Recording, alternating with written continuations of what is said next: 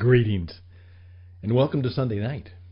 And for those of us, particularly in North America, and because of the internet, it kind of spreads around the world, this is what is called Father's Day.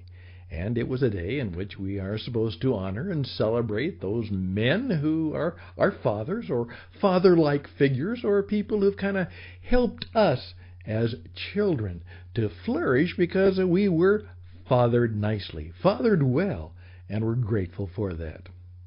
It's a good thought. However, I had to remind the pastor at our church today that for a number of people, Father's Day is not necessarily a pleasant day or even a celebration. In fact, if we understand the human condition, it can be quite an unpleasant day. And you know, as Christians, as entrepreneurs, as men and women of faith and people who reach out to others, we need to know some of the reasons for that. And that's what I'd like to talk about a little bit tonight, and then moving that into the marketplace on Monday. Why don't you join me? This is the Jesus Entrepreneur, and we're going to do it right now.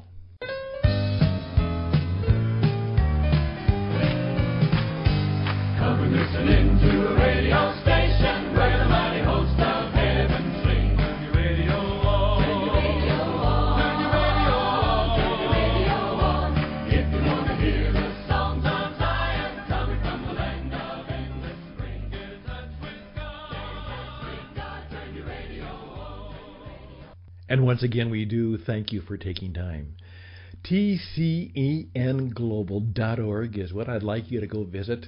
You're going to find out a lot about who we are. Again, my name is Stan Houston. I am the co-founder of the Christian Entrepreneur Network, and we are going and growing, and we're seeking not only to help men and women who are Christians and entrepreneurs to perhaps share that faith, that life experience, but to do so because we can help you have a powerful Christian entrepreneur performance experience where you are learning how to be better and more powerful and stronger and more effective in the work and the business you do of carrying on as an entrepreneur.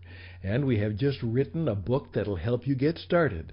It's called Fully Alive, the prayer and the 7 principles, the 7 practices, the 7 power principles and practices, and I'm obviously elaborating on the title, for you to be an effective Christian entrepreneur. Years ago, almost 30 years ago, there was a 330-page book called The 7 Habits of Highly Effective People. Well, I'm not so sure you can get by with writing a book that long anymore. Ours is only 30 pages, and it's meant to introduce you to the things that will help you do to kind of tweak and perhaps thread the needle to get more focused thinking on the things that will help you perform at your best as a Christian entrepreneur. So why don't you write to me at Radio Edge 77. Rather than making it Stan Houston, I'll make it real easy. RadioEdge77 at gmail.com. RadioEdge77 at gmail.com. And we'll be happy to send a free copy or a link to the Kindle book so that you can experience that. And by the way, you don't just read our books because they have video and other internet elements, because this is the modern era. It will be an experience. And by the way, this year you should probably write a book. This year you should probably teach a course. This year you should perhaps have at least something where your business has a strong video presence, either a YouTube channel, a spokesperson presentation, perhaps a class to inform and connect people with the wisdom that you have. There are things you'll need to do differently the rest of the year if you want to have a successful year in what we call the Internet Connected Experience Economy. And we believe that not only can we bring you some spiritual, emotional, professional, relational wisdom for you yourself and your business, but we can also help you figure out how to make business work better in the Internet Digital Connected Experience Economy. So stay in tune with us at TCENglobal.org. You can find the other programs that we've done before and continue. We're going to be doing our radio programs, usually 4, sometimes 5 times a week. We come to you when we believe we have something that might be helpful and useful, maybe just entertaining, something to say.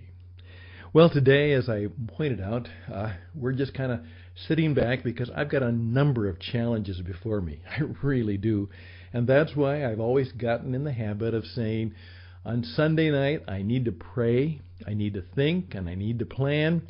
And so that I will rest well with a prayer of gratefulness, but of anticipation on my heart, mind, and spirit, so that when Monday morning comes, I'm ready to meet the marketplace. And having the Spirit of God work in our hearts and minds on Sunday night's a good way to do that. Just a brief thought. Today was Father's Day. I was a little bit lonesome. I was a little bit sad. Both of my daughters are a long ways away, and I didn't get to see them, and I don't get to see them quite that often. And for a variety of reasons that has happened right now. And so it's a little bit of a bittersweet time. Thank goodness I got a nice text and a nice picture and some greetings. But it was a little bit lonely. And I kind of envied those men who have their family right there to celebrate, their sons and daughters and grandsons and granddaughters, and just good family coming together. That didn't happen. So a little bit wistful. But it also is that the fact that I know that we have to be very careful about such days.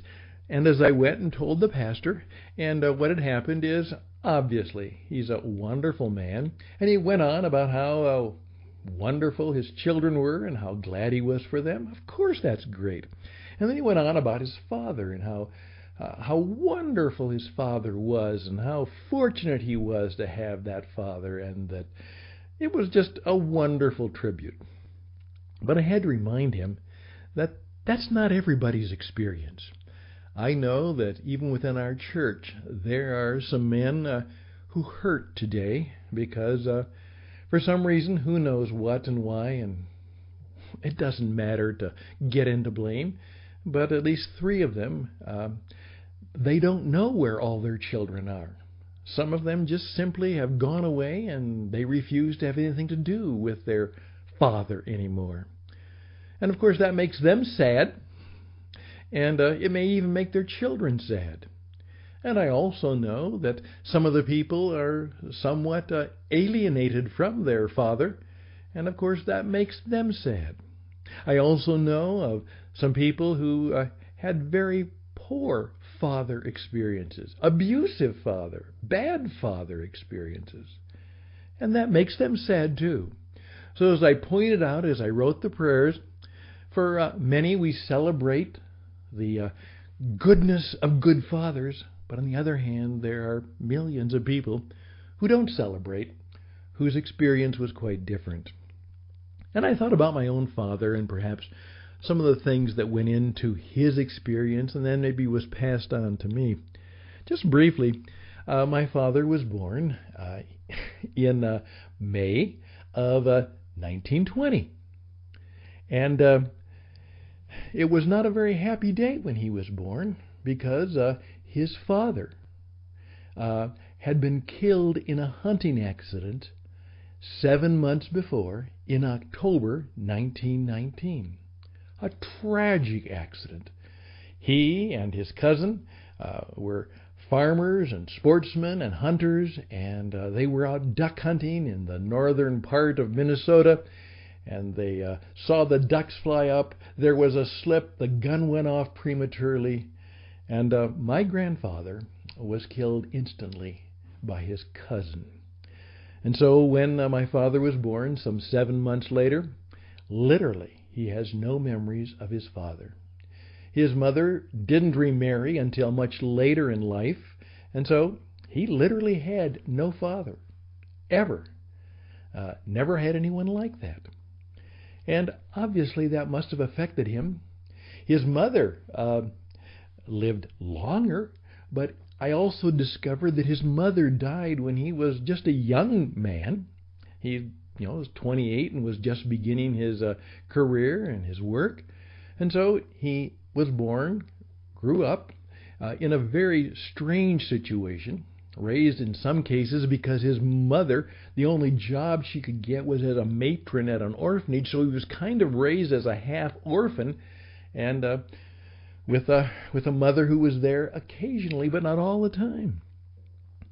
How that affected his life? Obviously, it probably affected it profoundly. He and his brother struggled with that for many years. So I always now think that I know that whenever we celebrated Father's Day, I now am aware of what deep pain that must have brought my father.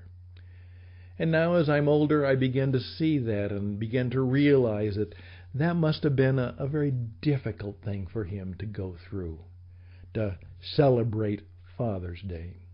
And I obviously see that perhaps that affected his fathering of me, and obviously that may affect some of the things that I probably should have done differently as a father myself.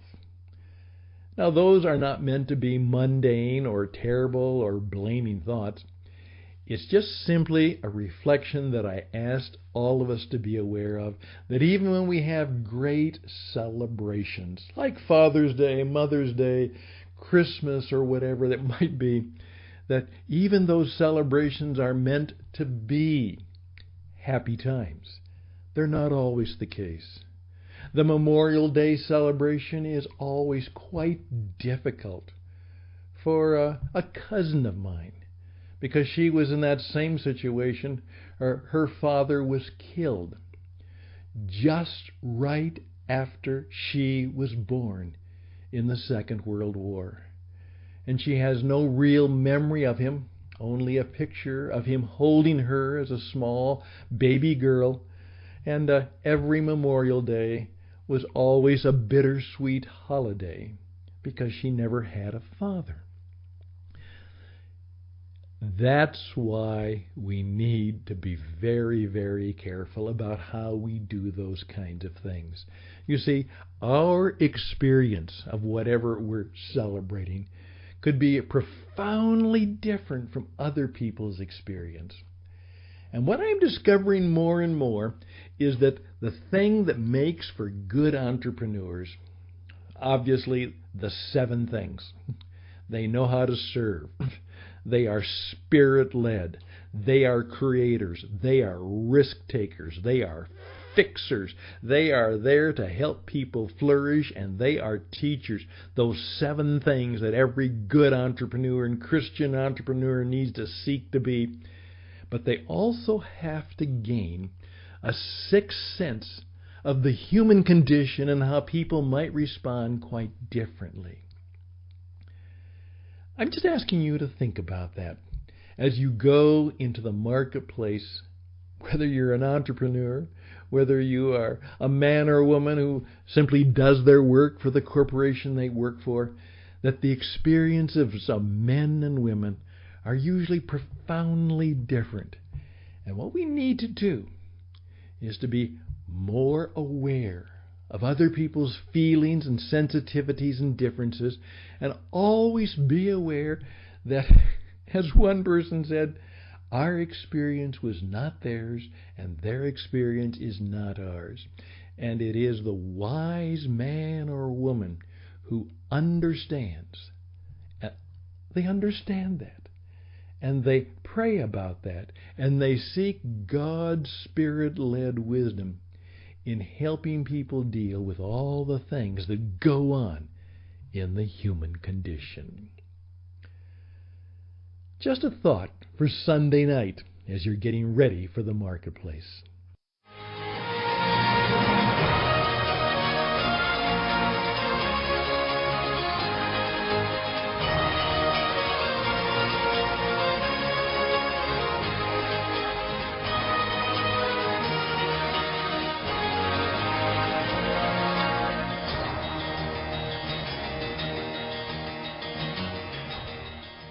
Again, thank you for your time. Thank you for being with us. I'm Stan Houston, tcenglobal.org, radioedge77@gmail.com. We want to have you on this radio program. We want to hear from you. We want questions from you. We want you to participate. We're growing slowly but thoroughly, one at a time, one listener at a time, as I say. That's the way all businesses go and grow, whether they are internet-based or not. It's always you please one person at a time. And hopefully we're beginning to do that for you. So please stay in tune, stay in touch, and we'll look forward to you joining us through this coming crucial week in the marketplace. Again, all the best and blessings to you. We'll see you again. Bye for now.